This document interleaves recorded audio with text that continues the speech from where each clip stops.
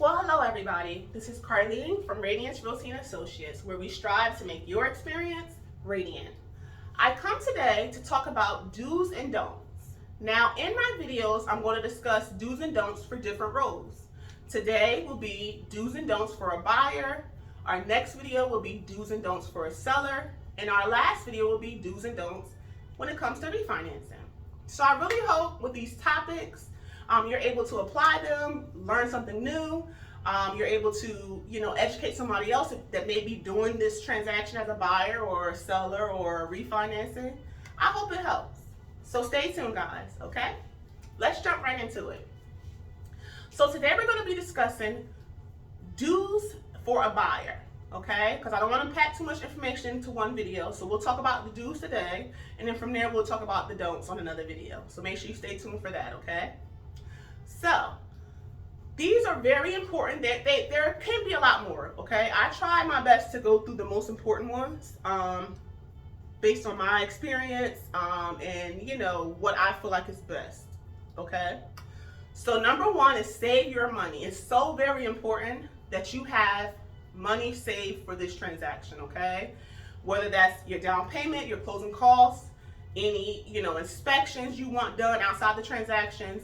These are all costs of the buyer, okay? So it's very important that you have this money outside of the money that's coming from the lender. So save, save, save. Make sure you are ready to purchase. So that way when we're out shopping, you don't have to now go shopping around trying to figure out how you're going to come up with this down payment and closing costs. Just be proactive. Our dues today is just for the buyer to be proactive in this process, because not only are you dealing with a realtor or a broker or, the loan officer, you as the buyer play a very big role in this process as well, okay? So this is what we expect you as the buyer to do, okay? As far as being proactive and as far as making sure that you're able to obtain this loan, okay? So save money is very important, especially if you're financing. Your financials is going to be actually viewed a lot of different times throughout the transaction. Okay, because what the banks want to know and your lenders want to know, they want to make sure you can afford this. Okay, that's very important to them.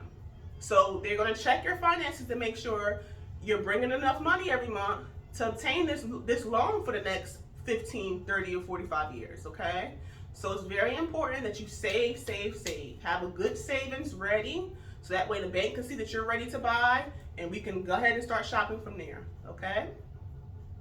Number two will be provide all documents. So within this process,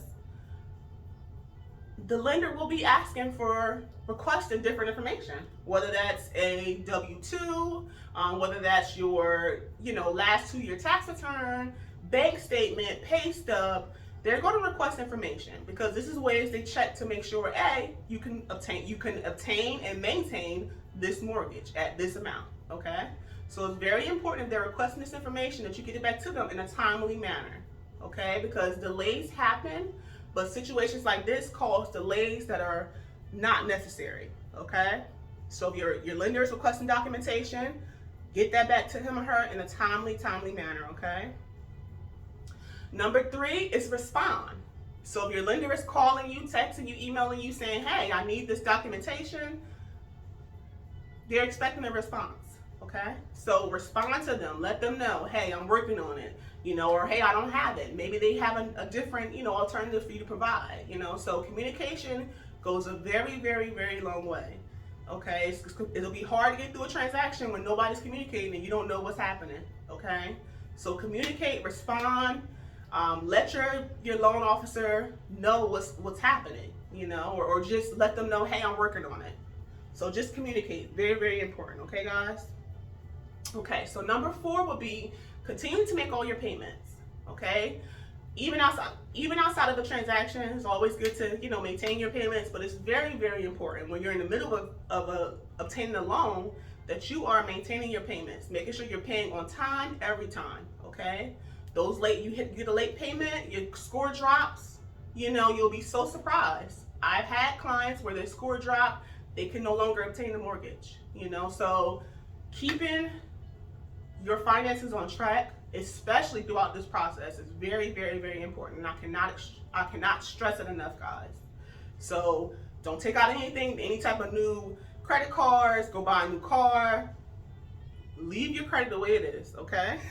Just make sure you are maintaining it, making those payments on time, and not accumulating any negative delinquencies on your credit, okay? Because ultimately, it all affects the process, all right?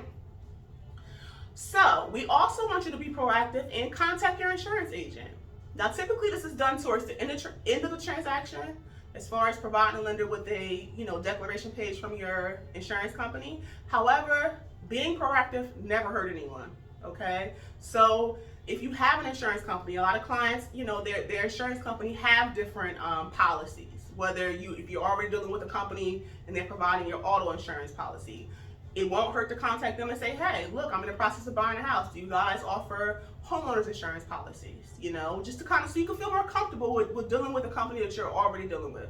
So it never hurts to be proactive and starting your process ahead of time and making sure that you have, a company in mind. I'm not saying go out and get a homeowners insurance policy before we can get to closing, you even get a loan commitment. That's not what I'm saying. I'm just saying be proactive, have these places or these, this company in mind. So when it is time to have it, again, we're not wasting time here. So the goal here is to make sure you are prepared, proactive, and making sure we get from point A to point B and then ultimately to closing. Okay? So last but not least will be prepared, guys. I cannot stress this enough. This is a process, okay? A financial process. So you as the buyer, your presence, your actions are very, very important. It makes or breaks the transaction. So just be prepared. If the lender is asking you for an explanation on something that's on your, your credit report, or an explanation on something that's coming on your bank statement, you may have to write something in. You may have to write a written explanation as to what it is. You may have to provide some type of clarification on what it is, They need to know that you're going to be able to maintain this loan for the next 15 or 45 years, okay? I'll keep saying this because I want you guys to understand how important it is. So they're only requesting this information to make sure you get to the closing table, okay? So they're asking for some type of documentation in writing. Provide it, guys. Communicate with them. Let them know what's happening. Get that into them. Because ultimately, we want to meet you here at the closing table, holding the sign. So you guys, I really hope our 5 do's in this video helped. Our next video, we're going to be discussing the 5 don'ts as a buyer. So make sure you guys stay tuned and stay radiant. Ciao.